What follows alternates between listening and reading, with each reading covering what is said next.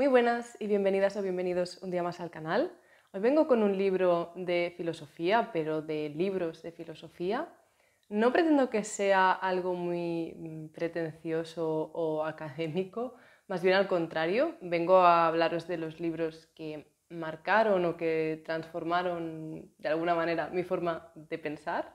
Sí que es cierto que algunas de las obras que he incluido en esta lista han sido cruciales para la historia del pensamiento y de la filosofía y que quizá podemos decir que han cambiado la historia del pensamiento en general, pero lo que pretendo más con este vídeo es hablaros un poco de mi experiencia con estos libros, cómo me han acercado a la filosofía o cómo me han hecho cambiar mi forma de pensar y sobre todo también el contagiaros un poco estas ganas de leer filosofía, ya que voy a leeros la primera frase de cada una de las obras y así quizás picar un poco la curiosidad. Vamos con el primero de estos libros, que es Nietzsche, El ocaso de los ídolos. Creo que no es tampoco ninguna sorpresa porque ya he hablado alguna vez de Nietzsche en el canal y de un poco de mi experiencia con este autor. La verdad es que le debo muchísimo a este libro porque fue una compra muy precoz. Lo compré, bueno, me lo compró mi padre con 16 años. De alguna manera creo que ya se veía un poco mi interés por la filosofía siendo tan joven. A decir verdad, no vengo a decir que leí el libro y que lo entendí a la perfección, ni mucho menos, sino más bien al revés. Lo que me aportó este libro es más bien las ganas de descubrir esta disciplina que es la filosofía. Y no fue tanto una cuestión de enamorarme del autor o de su pensamiento, porque ya os digo que con 16 años tampoco podía entender mucho. Pero sí que es verdad que tiene un apartado que creo que es muy interesante de leer y sobre todo cuando no estás tan acostumbrado a leer filosofía, no porque sea más simple, sino porque es más cortito. Y es que el libro abre con este capítulo que se titula Sentencias y dardos.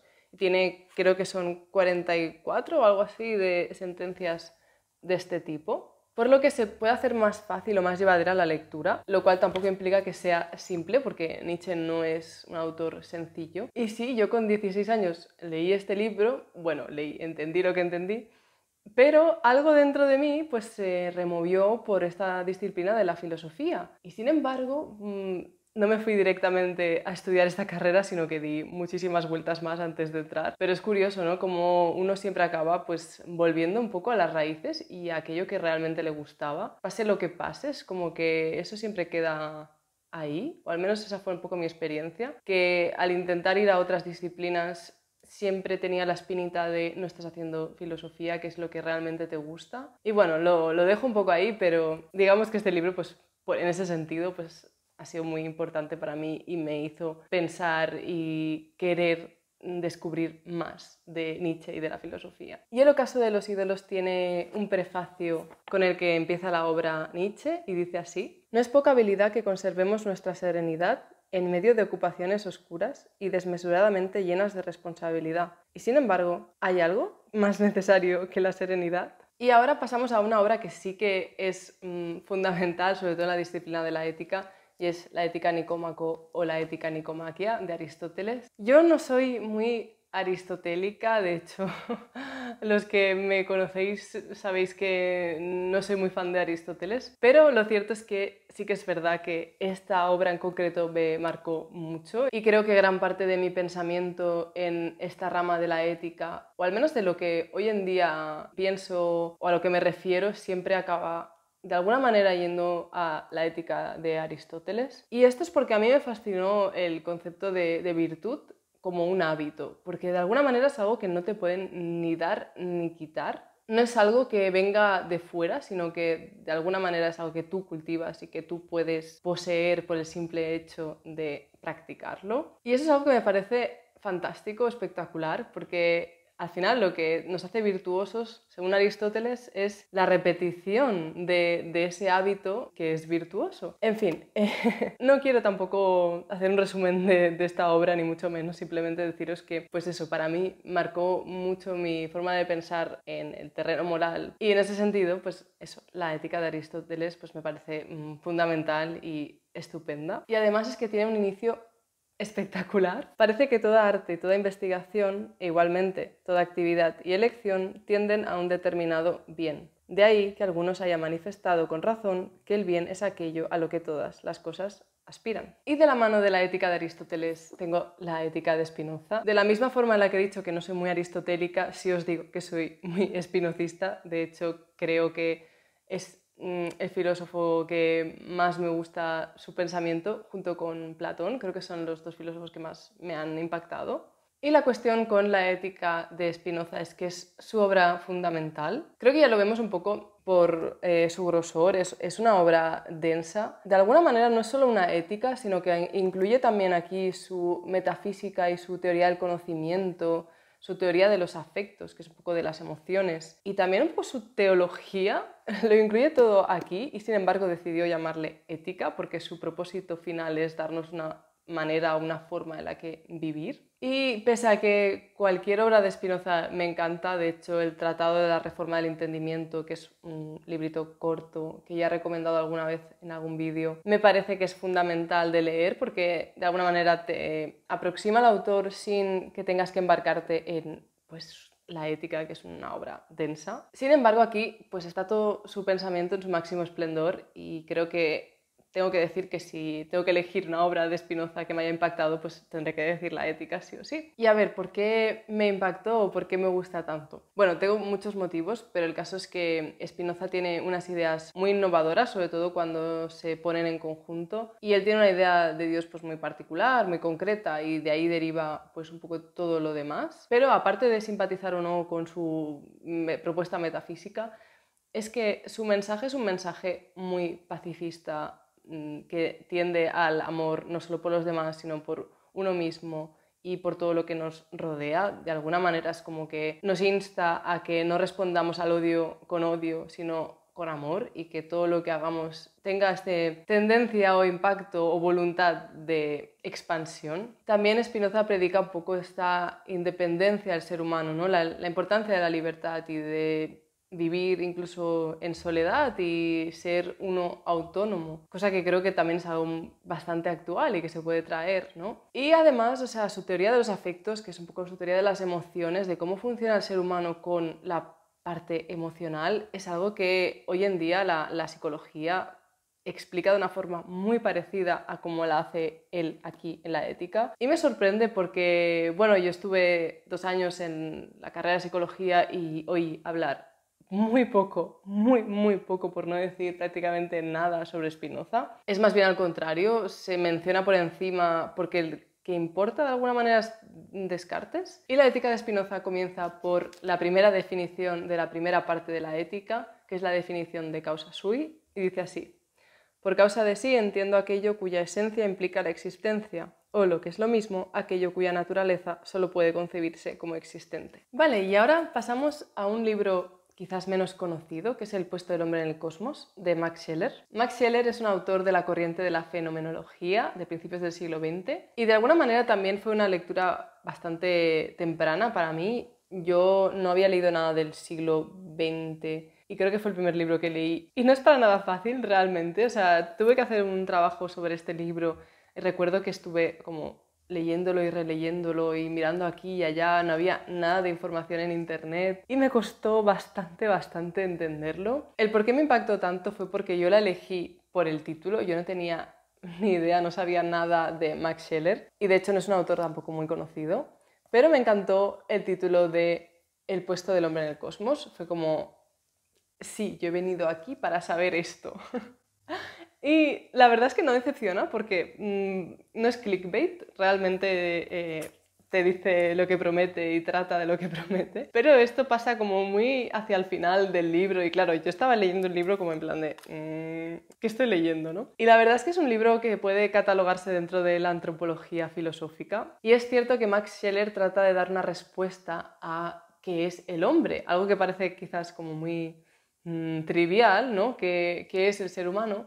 pero no lo es tanto, cuesta mucho dar una definición correcta y completa de qué es un ser humano o qué es lo que nos distingue del resto de animales. Y siendo así, pues él abre el libro diciendo un poco esto, ¿no? Pues cuáles son las definiciones que se acostumbran a dar de ser humano, un poco cuál es la incompatibilidad entre estas, sobre todo la concepción religiosa, quizás una más antigua, más racionalista, etc. Y él trata de dar un poco su visión de lo que es el ser humano y qué es lo que nos hace únicos. Tengo que decir que me sorprendió porque Max Scheler es un autor con una concepción de la espiritualidad muy importante y que ocupa gran parte de su obra, así que su respuesta tiene un poco que ver con esto, sobre todo también coge un poco la idea esta hegeliana de un Dios como en devenir, de un espíritu. Él lo llama Dios o divinidad, pero viene a decirnos que el ser humano tiene esta función suprema de alguna manera de servir de canal para el desarrollo de la divinidad, como si nosotros fuéramos una especie de medio a través del cual la divinidad se desarrolla, porque él cree en un Dios en devenir. Y esto pues me pareció muy interesante, porque yo nunca había escuchado ninguna definición pues similar, pero la cuestión es que este es un libro también fundamental para la antropología filosófica y de alguna manera a mí me llevó a conectar también con María Zambrano, porque tienen en algunos aspectos un pensamiento similar. Max Scheler no es el típico autor alemán como muy cerrado, o sea, realmente es un poco como un animal exótico, no sé, en medio de todo este panorama de principios del siglo XX. Y bien, el puesto del hombre en el cosmos comienza así. Si se le pregunta a un europeo culto qué es lo que le sugiere la palabra hombre, en la mayoría de las ocasiones se le vendrán a la cabeza tres conjuntos de ideas en conflicto y completamente irreconciliables. Yo, de todos los libros que os voy a decir en esta lista y que de alguna manera he hablado de ellos, yo creo que este me parece que si os interesa la filosofía y tenéis quizás un poco ya el pie metido en la disciplina, pues yo os lo recomiendo porque me parece, pues eso, para lo cortito que es, me parece fundamental y muy interesante. Y en último lugar, quizá no va a ser ninguna sorpresa, pero tengo la dialéctica de la ilustración. Os he hablado de este libro, creo que varias veces, pero es que la verdad es que también es un libro que me encantaría que leyera todo el mundo.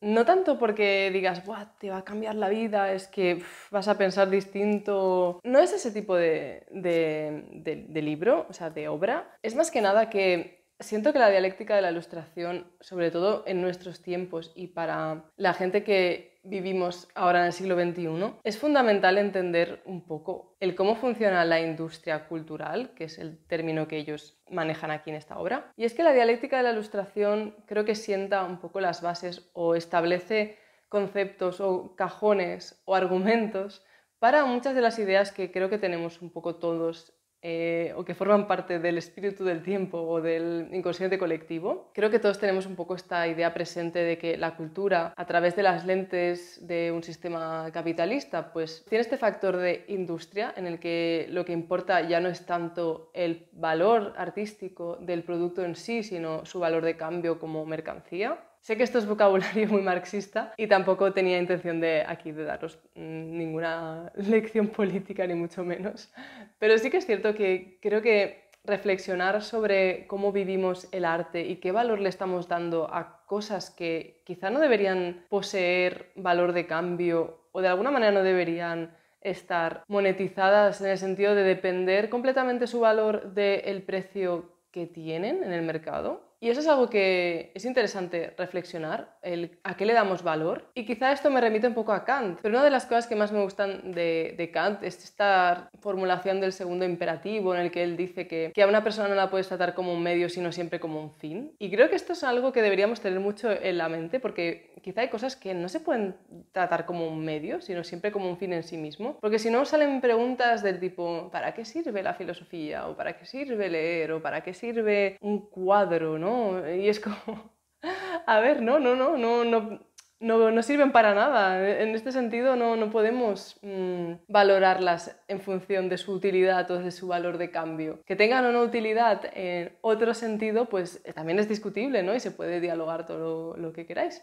Pero bueno, en fin, no me quiero enrollar mucho más. La dialéctica de la ilustración es un libro súper interesante. No solo el capítulo de la industria cultural, sino los primeros capítulos en los que Adorno y Horkheimer tratan el concepto de ilustración y cómo de alguna manera este concepto se ha venido abajo por haber como vendido, no una mentira, pero sí un ideal que no se puede alcanzar de una forma tan simple y sencilla. En fin, voy a leeros el principio de la obra. La Ilustración, en el más amplio sentido de pensamiento progresivo, ha perseguido desde siempre el objetivo de quitar a los hombres el miedo y convertirlos en señores. El programa de la Ilustración era el desencantamiento del mundo. Quería disolver los mitos y derrocar la imaginación mediante el saber. Y hasta aquí los libros que he traído. Tengo que hacer una mención especial que no he podido incluirlo porque no tengo el libro en físico. De hecho, es un libro bastante caro, por eso no me lo compré, y del cual tampoco se han hecho ediciones así más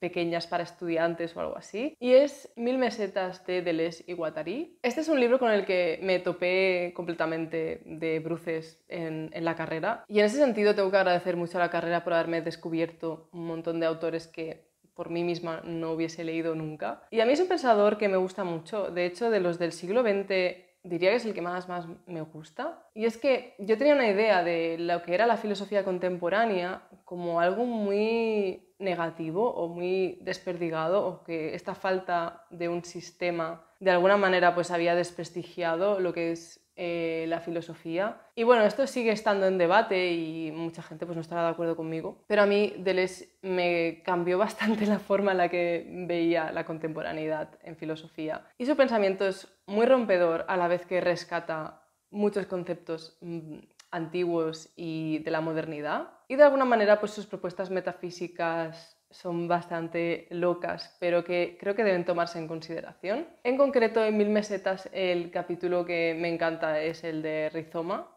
Es una forma de pensar que me parece que tiene mucha potencialidad y que aún no se ha llegado a explorar en sus vastas dimensiones. Y nada, yo es un libro que he leído unos cuantos capítulos, no lo he leído entero, es un libro muy denso, igual que la primera parte, que es el Antiedipo. Y tengo un poco el proyecto de leer a Deleuze poco a poco, pero creo que es interesante y además a mí en concreto me cambió mucho mi forma de pensar y me abrió muchísimo la mente, cosa que se agradece porque al final cuando estás muy metido en la filosofía tiendes o tienes la tendencia, un poco como los carritos de supermercado, a ir hacia lo que te gusta o lo que siempre te ha gustado o lo que te han vendido mejor o lo que de alguna manera te han enseñado más, porque hay muchas cosas que se trabajan mucho y otras que se trabajan muy poco o nada. Y en ese sentido, pues a mí Deleuze fue un poco la figura que me sacó de mi zona de confort y me obligó a mirar más allá y a pensar de otra forma. Por lo cual, pues estoy muy agradecida porque eso siempre